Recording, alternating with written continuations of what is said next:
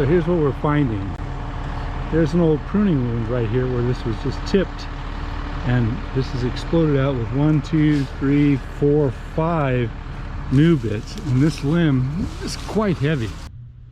Many of my videos talk about pruning mistakes, and unfortunately there are more tree pruners out there that really don't understand what they're doing, or more importantly why they're doing it.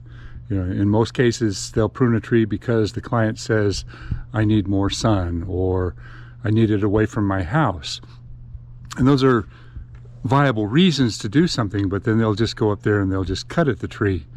And all too often I see trees cut improperly, and because of the way that the tree was pruned, it leads to long-term regrowth that exacerbates the problem and creates a high maintenance tree. And I've shown this many times in my videos, and I'm going to do it again today. So I'm titling this video Pruning Mistakes, and I want to talk about it as I go along.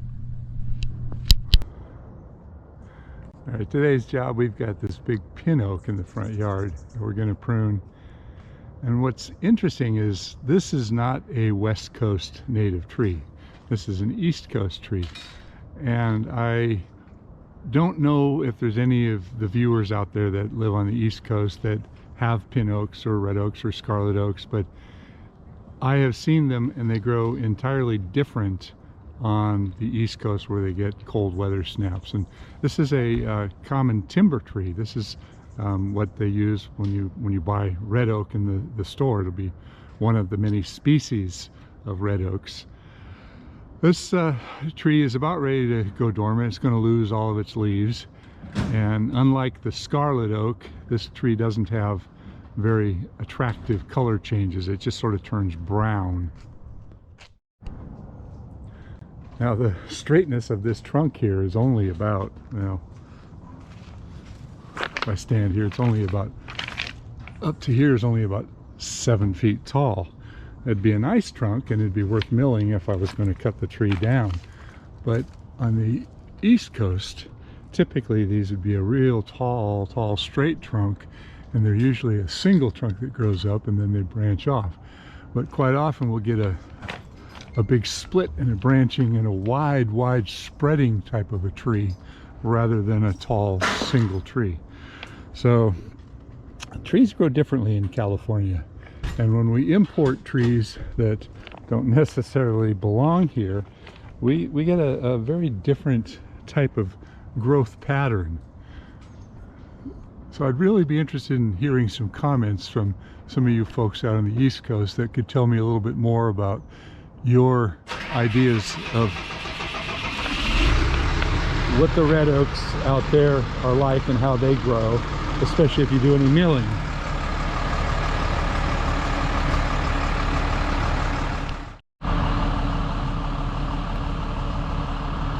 So our job is to bring it back in all the way around, drop crotching and lightening.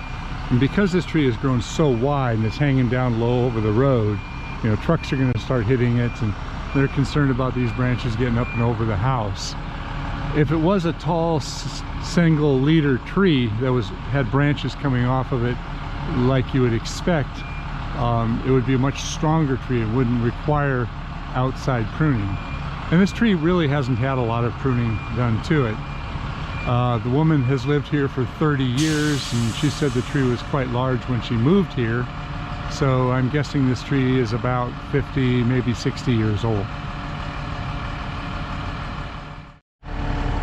So here's what we're finding.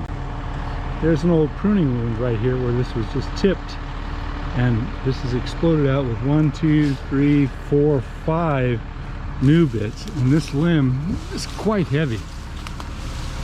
There's a lot of foliage on there, so the end weight has been exacerbated. I can see a cut here as well as over here. So unfortunately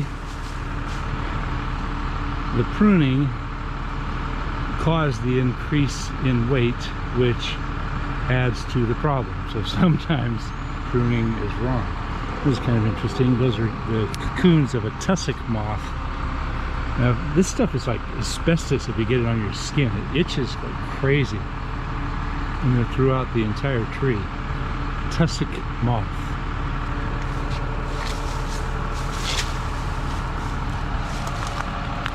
That's how much foliage we've got out of the tree so far, and we're just barely beginning. I haven't gotten anything on this side. We're just working over the road. Now the brush pile is growing. We've only gotten to about a third of the tree so far. And you can see how much we're taking off, but it really doesn't show it.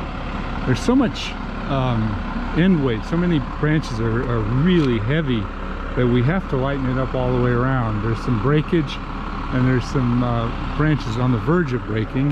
That's kind of interesting. I've never seen mistletoe in a red oak, a pin oak here. You know, it'd be really interesting to do a study on all the species of trees that mistletoe seems to be attached to or susceptible to. You know, when I was a kid, I would go to my dad's ranch and pick mistletoe out of the trees.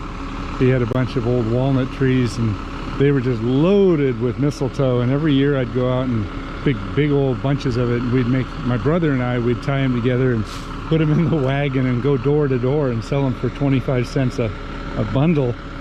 And we made our Christmas money that way every single year. It was interesting. Two cute little kids, and then I got a little bit older and I'd send my little brother up because he was cuter.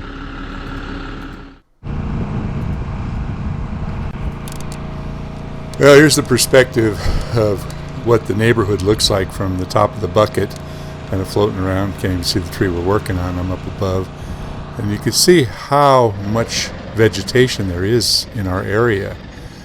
And we're getting real close to being finished with the tree, and I want you to take notice that the tree does not look significantly different from when we started.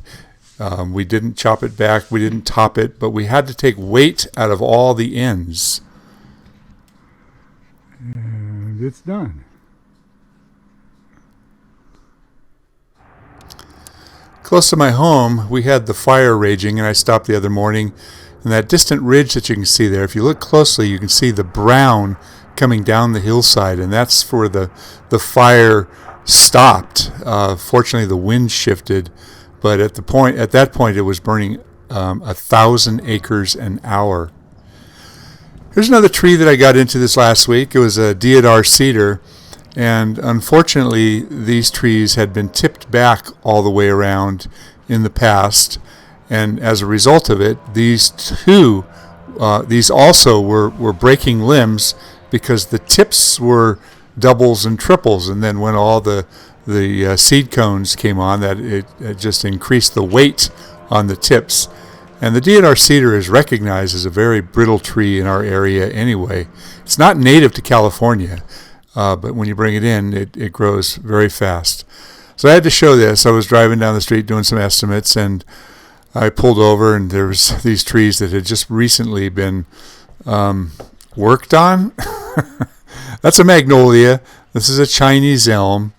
The distance there is a birch tree and a couple others, a holly oak and camphor tree there. And whoever got a hold of these trees just butchered them, just annihilated these trees.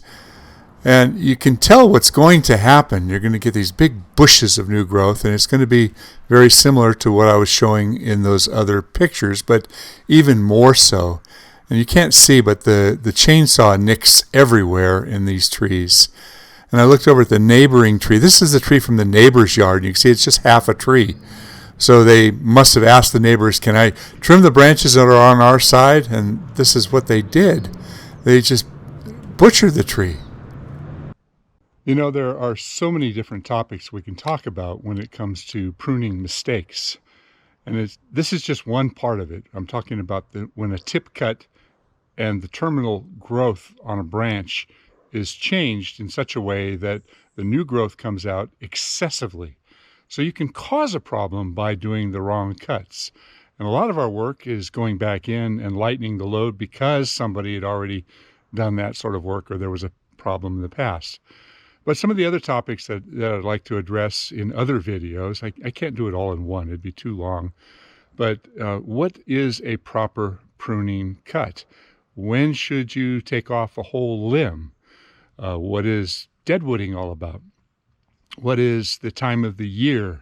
What are some of the improper procedures such as lion's tailing and stripping out of a tree and topping cuts and things like that really affect the longevity of the tree, but also cause long-term decay.